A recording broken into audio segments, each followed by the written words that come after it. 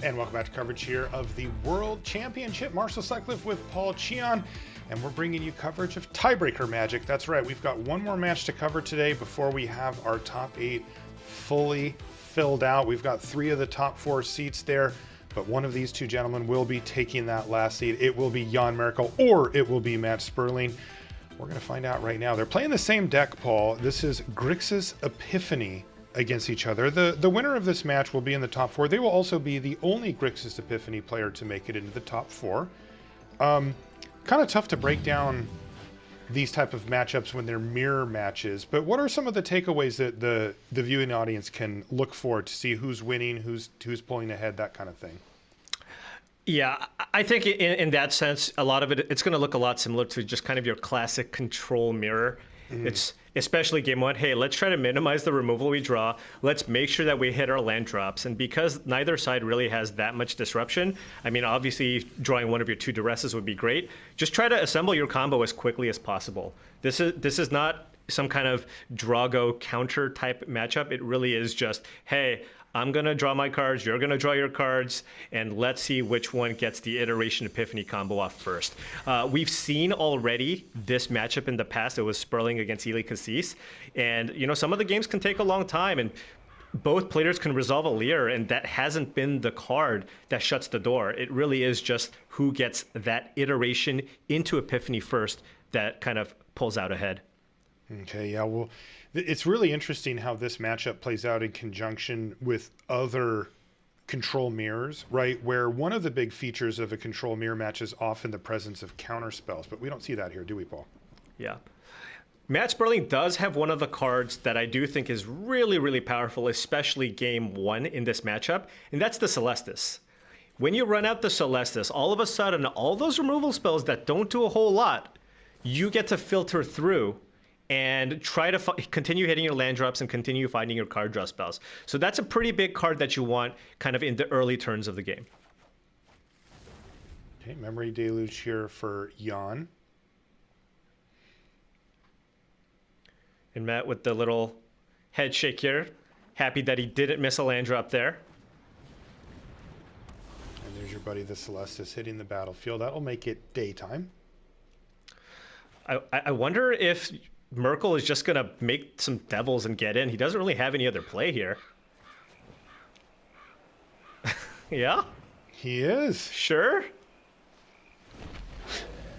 I wonder how much of a problem this is. I mean, well, Fading Hope's going to take care of one, so I guess it's a problem. Yeah, well, not only that, Sperling just wants to keep hitting his lands, right? So, you know, getting that, scry. Having any target, right, for the Fading Hope to get that scry, and he did top a land, is going to be pretty nice here. And there we go. Alrund's Epiphany goes on the stack, and now he can go toe-to-toe with these devils, or even just fly over them. And look at that, a burn down the house of his own. So I guess his Grixis token's fighting it out? Yeah, it could be. I mean, Sperling can also just run out a Leer here, play out the duress that he has in his graveyard. He won't have the protection here, but that duress will be able to nab that power word kill from Jan Merkel's hand. That really does leave Jan without a whole lot of action. He has Galvanic Iteration and Fading Hope. He draws a Cathartic Pyre, which actually does give him an answer here for Leer. Right, he can go Galvanic Iteration into Cathartic Pyre here to get that Leer off the battlefield. Now that graveyard, it doesn't really have a whole lot of cards in it. It does have the Fading Hope, but this is the window. And with this attack, Matt's thinking, wait a second. Do I want to block here? Do I want to leave myself vulnerable to maybe a Cinderclasm off the top? And doesn't look like he's interested in doing that. No, completely tapped out. Matt Sperling is just a passenger at this point, and he shakes his head because once he sees Galvanic Iteration goes on the stack, he knows something bad's coming, and I'm probably not going to get to keep my Leer. And that's exactly what's going to happen is Cathartic Pyre. The mode will be 3 damage, and Matt's going to throw him the nice. Yeah. Well, he did duress him just on the previous turn, so he knows. Prior, yep. Yeah, another land off the top, though, for Sperling. So at least he has that going for him. He also got some value from that Leer by getting the duress off before Leer died. So it's not all bad. Yeah, so Sperling just deciding, you know, does he want to kind of be aggressive here and make some tokens on his own? he could also choose to pass the turn, right? To get the loot ability from the Celestis and then kind of run out the Memory Deluge. Or maybe even just main phase the Deluge here to see if he can find something else. Yeah, it's a little tough because the 1/1 Devils, given that there's two of them on the other side as well, are really tough. Like if Merkel just holds back, he can't really attack with them anymore because they trade on the ground and then kill the flyers too. So it's a little awkward here for Sperling. So he's just going to go for Memory Deluge and try to find some action. Yeah, but just more Epiphanies or Leers. Deluges. Ooh, hello. He finds Smoldering Egg. That's a 1-of in his deck. Yeah? But it's a nice one. It's going to draw out that Fading Hope at some point, you'd think, before it transforms, but that's not a permanent answer to this. Yeah, and if you're Merkel, I imagine very likely here to just see a main phase Memory Deluge, play around a potential Juari Disruption. I wonder if this changes anything. He finds Duress that he could now Galvanic Iteration, Paul. Yeah, so you can Galvanic Iteration double Duress if you're afraid of a potential combo here from Sperling. However, if you do that, you do miss out on the opportunity to spend all of your mana to flash back the Deluge. Because even if you Iteration Duress Sperling this turn, Sperling's got a Memory Deluge in his graveyard. He'll still have something to do next turn. Yeah, that's right. He's already got the 7 mana lined up for that as well. Tough decision here for Jan. He doesn't know what's in hand here for Sperling.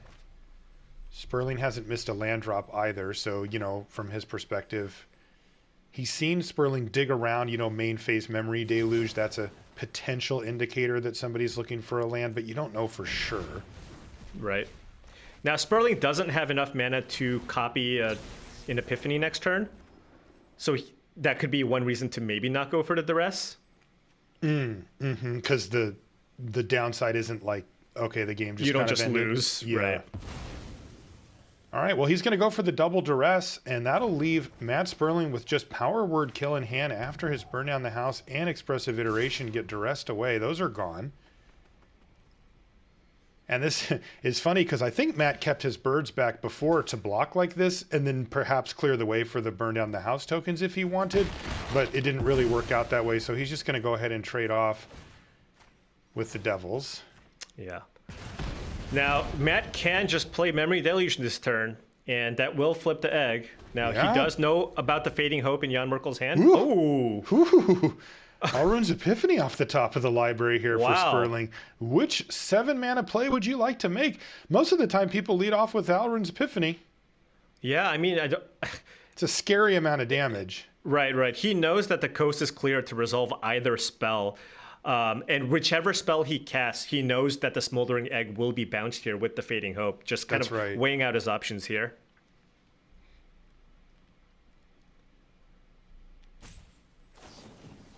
All right. Okay, he's going to go for the Memory Deluge this time.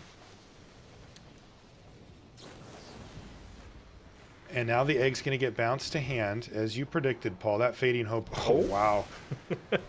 There's an Alrun's Epiphany for Jan on top of his library off of the Scry. Let's see what Matt finds. Yeah, Matt's the most really... he could do is find a land here. I mean, he's tapped out now. Yeah, Matt's really looking for a Galvanic Iteration for that Epiphany that he has in hand. Additional Epiphanies are also more than welcome.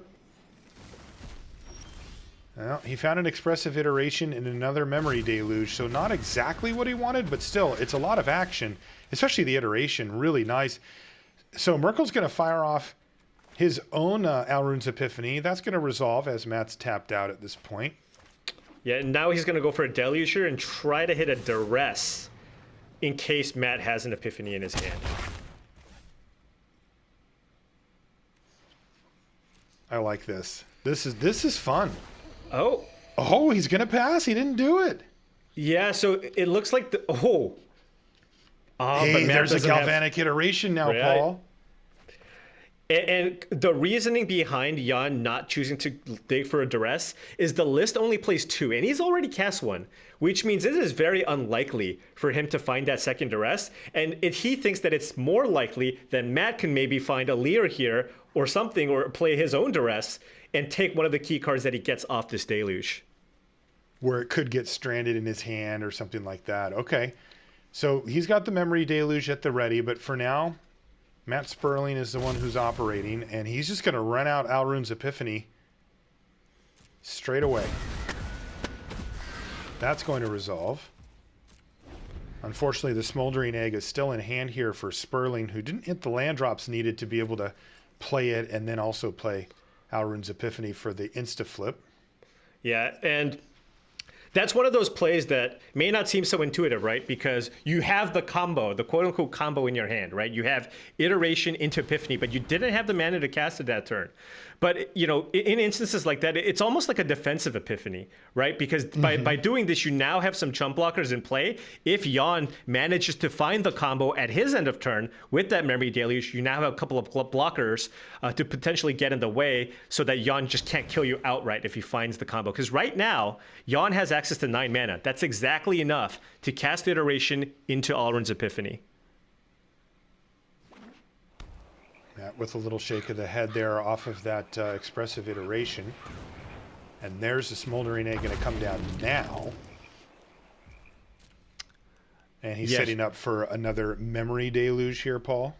Well, what Matt really, yes, he is, but what he also really wanted to find was a blue source to exile so that he could cast that Memory Deluge that he has in hand. So he had to play the land in his hand because the Haunted Ridge would make it so that he's 1 blue short. But he's okay now. And let's see, it's Leer and either Expressive Iteration or Prismari Command seem to be the ones that Jan wants off of this Deluge, and that's what he takes. Boy, that Celestis is doing work, by the way, Paul. Exactly how you described it. You know, Matt discarded a Power Word kill to it just a little while ago. I mean, that's a big upgrade. Random card from your library over an almost dead removal spell. Yeah, so Jan does have a Leer. He does have a Duress in his graveyard, but he does have a few things that he needs to try to deal with here. That Smoldering Egg can be problematic. However, he does have a Fading Hope again to bounce the Smoldering Egg and prevent it from preventing Ashmouth Dragon to kind of take over this game. Yeah, it absolutely can. He's going to be happy to have that Fading Hope. Is this a Galvanic Iteration into Jwari Disruption? He is doing that. Now, there is 3 mana, though, for Jan Miracle, so perhaps just a way to build up the counters on the egg? I suppose so, yeah. So now, I mean, I imagine Jan is going to pay for this. This is awesome. Right, because you can pay for this and you can still cast Fading Hope on the egg if it is close to flipping. Yeah, it's got 4 counters. It needs 3 more. This does prevent Jan from casting the Power Word Kill from his graveyard to permanently remove the Smoldering Egg.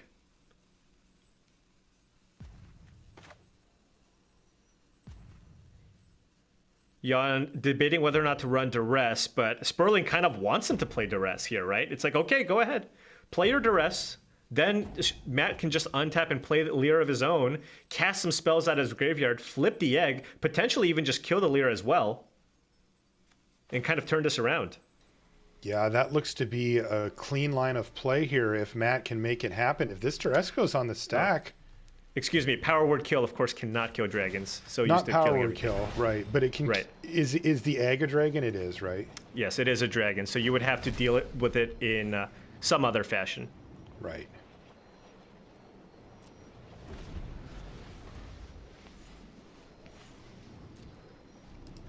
Okay, so he's going to pass the turn back over here to Sperling.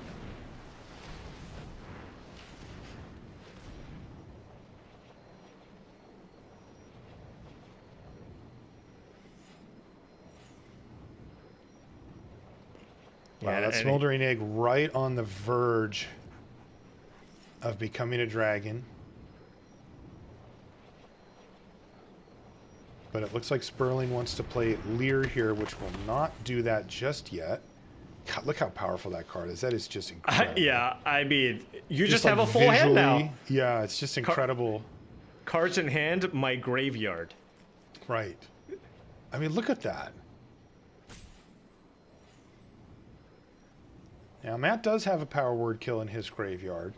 Yeah, so he can He's use got that a to kill. nice target, yeah. Yeah, he can use that to kill the Lear. And if he does, then Jan Merkel basically will only have that memory deluge in his graveyard to kind of get back into this.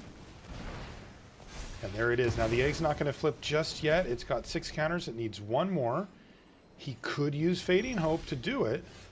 Yeah, I don't think Matt's going to be in a rush here to flip the egg, right? Okay. He's more interested in keeping that Fading Hope up to protect his Lear that's in play right now, right? Just prevent it from dying to whatever removal spell that Jan could have here. Yeah, you can see why, right? Yeah. If he gets to have all that mana with all those cards, Matt can just wreak havoc on this board. Yeah, and if you're Jan on this board state, basically Matt just has kind of all the value in the world right now because you don't have a way to kill the Lear that's in play. So at this point, I mean, you're just going to probably try to just go for this deluge here and look to get the combo going. See if you can find iteration into Epiphany. Sometimes a key piece of the puzzle there just hit with the Hall of Storm Giants. We don't know yet if that will matter. Matt looks like he's in a pretty good position at this point, but we've seen things fall apart to the combo. Yeah. I wonder if Matt's considering going for the flip at end of turn just to try to use his mana, or if he's valuing the Lear. Nice loot. Gets rid of a Celestis. And he's going to start reloading. All right, here goes Expressive Iteration. That's going to transform the egg. So now it's Ashmouth Dragon.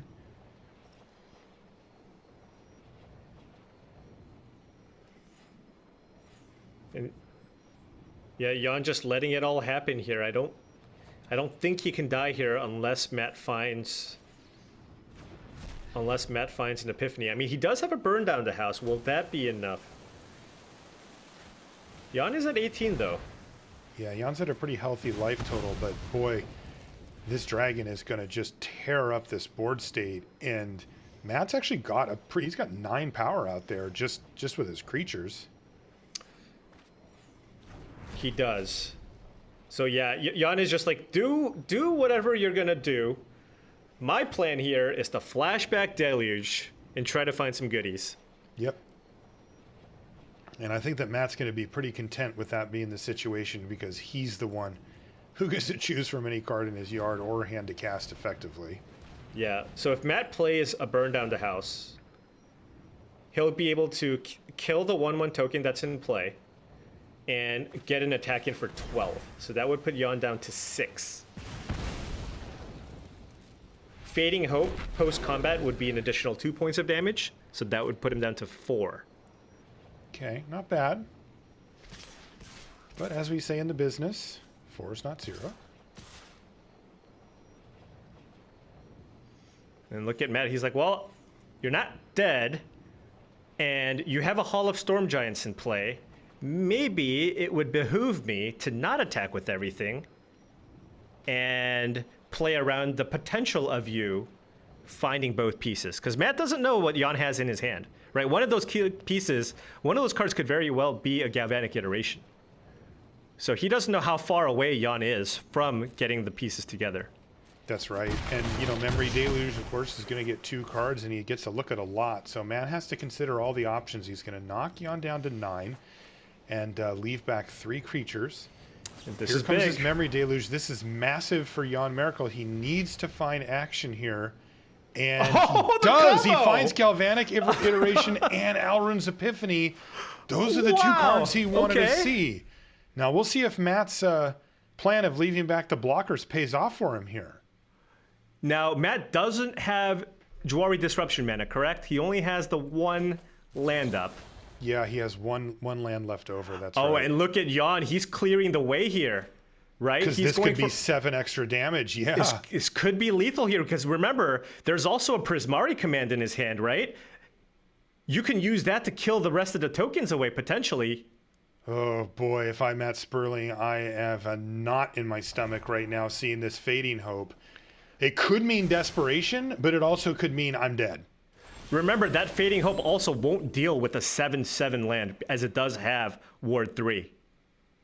Yeah, but isn't there a Leer out that like interacts with that? Oh, correct. That interaction, yes, that happened earlier in this event. Yeah. With the Leer in play, that counters the ability of Ward. So if you cast Fading Hope with Leer in play on a Hollow Storm Giants, you can just bounce it. So It's perhaps Jan might have wanted to bounce Leer to make sure that his 7/7 can get through potentially. Okay, well, let's see what happens, Paul. It's Galvanic Iteration and Alrune's Epiphany here. This is the 1-2 punch that this entire archetype, in fact, multiple archetypes in our tournament are built around.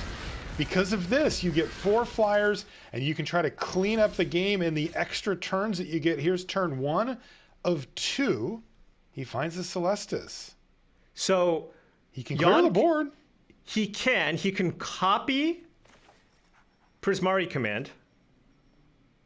Looks like he's choosing not to do that. Oof. Boy, oh boy, this is going to be close. And Jan does have one more draw step here too. So what happens, let's see, if you iteration Prismari command, kill both of the birds, and make 2 treasure tokens, you will be 1 mana short of activating Hall of Storm Giants this turn. Yikes. And he needs to do it both turns to win, right? Right. So maybe instead of mana, he should just look to loot here and try to find something else because the Celestis doesn't do anything. He's going to do that. So 2 damage to any target, and then I'm going to draw 2 cards, discard 2 cards. He's only got the Celestis in hand, so this is going to leave him with 1 card. Ooh, he found a Spikefield Hazard. That's interesting. That is interesting. However, he can't cast Spikefield Hazard and attack with the land this turn. Oh, so close for Jan. But we have to say that Sperling has really set himself up well. Remember, there was 3 creatures back that he left Jan to deal with, and he has that Fading Hope available too. Yeah, now I'm curious. I mean, do you want to somehow keep Celestis in your hand so that next turn you can turn night to day to dig for something else, right? Because kind of with what he has right now, I don't think he quite has lethal. Wow, this is extremely close. It was a long setup to get here, but now we've got some action here in our second tiebreaker match. If you're just joining us, welcome. We're in the last match of the day, and whoever wins this match is going to secure last top 4 seed. Okay, bird flies away. Remember, Jan has another turn after this, and you mentioned it, Paul. He did end up keeping the Celestis. Right. I mean, I think Jan is aware of this interaction with the Fading Hope. He is. That's what it looks like to me, and he's going to use the Celestis to dig. Maybe find an Epiphany? Wow, this is a really tough spot for Jan here. And again, props to Matt Sperling for not just sending in everything. He really, he ended up taxing the mana of Jan in a very real way. And he just drew Alrune's Epiphany off the top of the library. Are you kidding me? Wow, he's going to go to attacks here. He's going to win the game. He is going to win the game because he just top-decked another Alrune's Epiphany. And Sperling is going to be heartbroken when he sees this. Because he knows what he gives him the thanks, and Sperling says, yep, if you're doing that, then I just got top-decked. And he gives him a nod, though. Sperling takes it with grace here, as that was very unlucky for him. Jan Merkel perfectly set up with that. The Celestis, I can't believe that he hit that. That's insane. Because Matt can bounce the Hall as long as, but Jan gets 2 turns. Right? That's right. He's got another turn to go. And Matt Sperling says, well played. He respects it. That was incredible play from Jan, I have to say, because he needed every ounce of that to get the job done. And if he would have stayed on that track, so he needed to be aware of all the interactions. These guys, we're going to give him credit for that. But then he also had a line of play that he thought, okay, this could win me the game. It was really close to doing so, but it could not win him the game. Yeah. And he needed to have the presence of mind to do something that looked kind of weird, right? Like he's like, hey, I found a way to kill your bird. No, I'm going to keep the Celestis so that I have a chance, just like you described, Paul, and it actually worked out. That is scrapping for every last percent, and it coming up good for Jan Merkel, who's up a game now. Yeah. Dang. Wow. And, you know, we see how Lear has been extremely impressive, especially against the creature matchups, right? Because you get to recycle all those removal spells. But, you know, turns out, at least in this matchup, it's a good card, but it is not the end-all be-all. The combo, at least in the game ones, is the most important path to victory. That's right. We've seen Lear be very, very powerful against creature decks, being able to rebuy removal, as you described before, Paul, but in this matchup, it's still really good. I mean, we've seen it tear apart other people's hands and make a huge card advantage engine, but it's not the thing that wins you the game on the spot. Wow, what an incredible win for Jan. I cannot believe he pulled that one out. I mean, that is super reminiscent of, you know, Sperling played a very similar game against Andre Stratsky, where he had a Lear in play. He looked like he had all the cards, and Andre looked like he had nothing, and he did the exact same thing. Iteration into Epiphany, and just managed to chain those together to come out. And Jan here just doing the exact same thing. I mean, look, Sperling certainly at some points was really far ahead, right, in that game. But Jan just kind of, he had his game plan. He knew what he was looking for. He's like, you flip your dragon, do everything you need to do. I'm going to flash back my Deluge, hope to get a little lucky, right? And he did, but he played to it, and then he got there. Wow. Double Celestis opener here for Jan. He's also got Prismari Command and a Jwari Disruption. On the other side, though, you see 2 copies of Alrune's Epiphany in hand for Matt Sperling to go with the Celestis, Demon Bolt, and a couple of lands left over after he plays his land for the turn. Wow, there's an Expressive Iteration as well. And he's going to go ahead and put 1 Alrune's Epiphany over in the Foretell zone. No red mana just yet for Sperling, but the Celestis should help out with that. I wonder if Sperling wants to play around in a disruption here. Well, looks like he's just going to run it out. Disruption is going to hit the Celestis, so that's a nice little win there for Merkel. He gets to use up his mana, and wow, there's a duress. I guess it's over. I mean, Matt did hit him with a good game, so. Celestis into duress after getting your opponent with a disruption is kind of right where you want to be here in the early stages for Jan. It doesn't necessarily mean he's going to win the game, but it's a good start. Yeah, and Jan now has to think, how long is this game going to go? If I take this iteration, which will give Matt 2 cards most of the time, is that fine? Or do I want to take the Epiphany? And he ends up taking the Epiphany away. Wow. And that's going to play a land and just go ahead and put Demon Bolt over in the Foretell zone as well. So he's not going to cast Expressive Iteration this turn. Yeah, and great draw too. Prismari Command just as an answer to Celestis, so that he can use that at some point later on. He, you know, of course, when he draws his red mana. Right. Yeah, a little tough there because I think he was leaning on the Celestis for his red mana, but it is gone after getting countered. Yeah, Merkel I mean, finds is going to loot with a Celestis and get rid of the redundant one in hand. Yeah, I mean, you know, it looked a little tongue-in-cheek there where Matt went with the good game, but it might be, right? If he can't find that red source, you know, Jan just has just a few more resources to be working with here with that active Celestis, more mana. Matt really needs a red source next turn. Really wants to kind of fire off that command or get that iteration going. Yeah, this is a little bit tough for him. He should have the time, right? Like, it's hard for Merkel to slam the door on the game before he finds it, but he can certainly build up a huge advantage in the meantime, and it may be insurmountable if Sperling can't find red sooner than later, at least.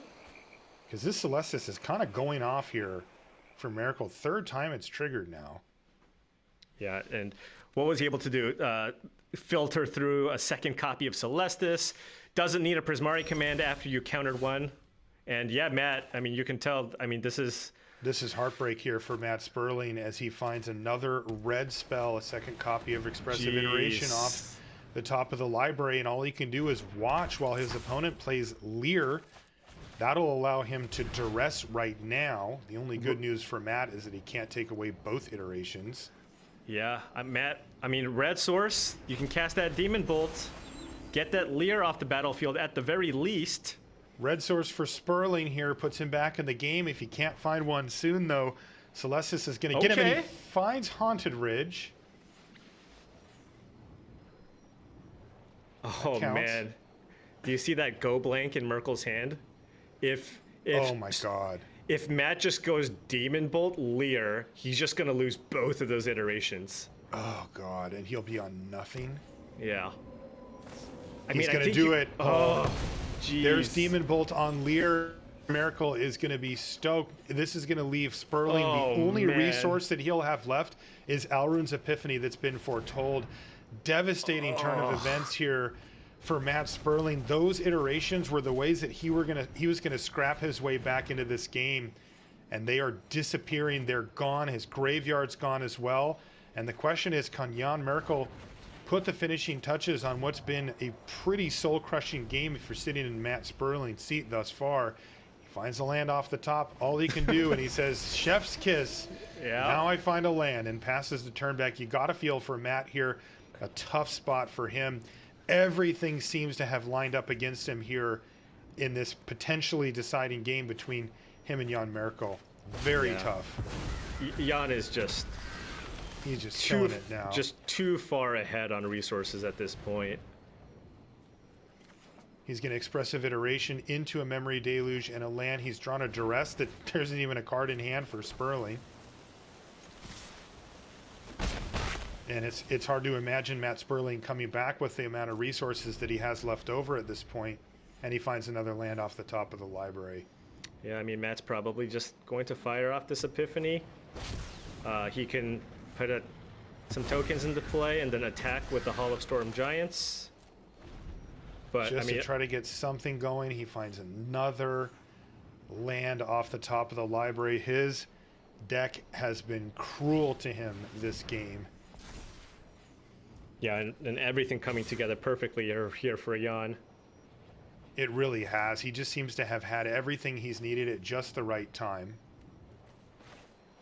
I mean, Jan's at 25. He might just be like, you know what? I don't really care that I'm taking 9 here, right? I'm just going to draw cards. Like, if you want to spend another turn next turn to activate Hall of Storm Giants, then maybe you can kill it. But right now, I mean, you know that he's already gotten 5 activations here off the Celestis, given his life total. And, you know, he's got some life to work with. Yeah, and he knows that Sperling's on basically empty. Now he knows he's on actual empty. He plays his land for the turn. And the gas just keeps flowing here for Jan Merkel. He finds Expressive Iteration. His Memory Deluge found Alrund's Epiphany and Malevolent Hermit. He is all the cards. Beautiful position for a top 4 finish, at least. And there he goes. He's going to take another turn. And surely he's close to the top 4 now, as Matt Sperling just keeps drawing lands turn after turn. Not that he's getting very many of those. Yeah, no Hall of Storm Giants, so Matt's not dead on board. He's in that really unenviable position where it's effectively over, but it's not over, so he's got to keep scrapping. And I was thinking, you know, what is the sequence of draws that Matt can have here to get him back from it? And it would be something like 3 Epiphanies in a row, but now the Hermit just shuts that off as well. That's right, and there's another land off the top of the library, and it looks like it just wasn't meant to be for Sperling here in this second game. Yep. Not a whole lot he could do. He's really at the mercy of his draw, and it was not kind to him, to say the least. And as we said before, meanwhile, Jan Merkel just killing it. I mean, he's taking cards out of hand. He's exiling stuff. He's putting, you know, he's being mana efficient. He's got the Celestis activated 5 times it triggered. Like, he is so far ahead. It's insane.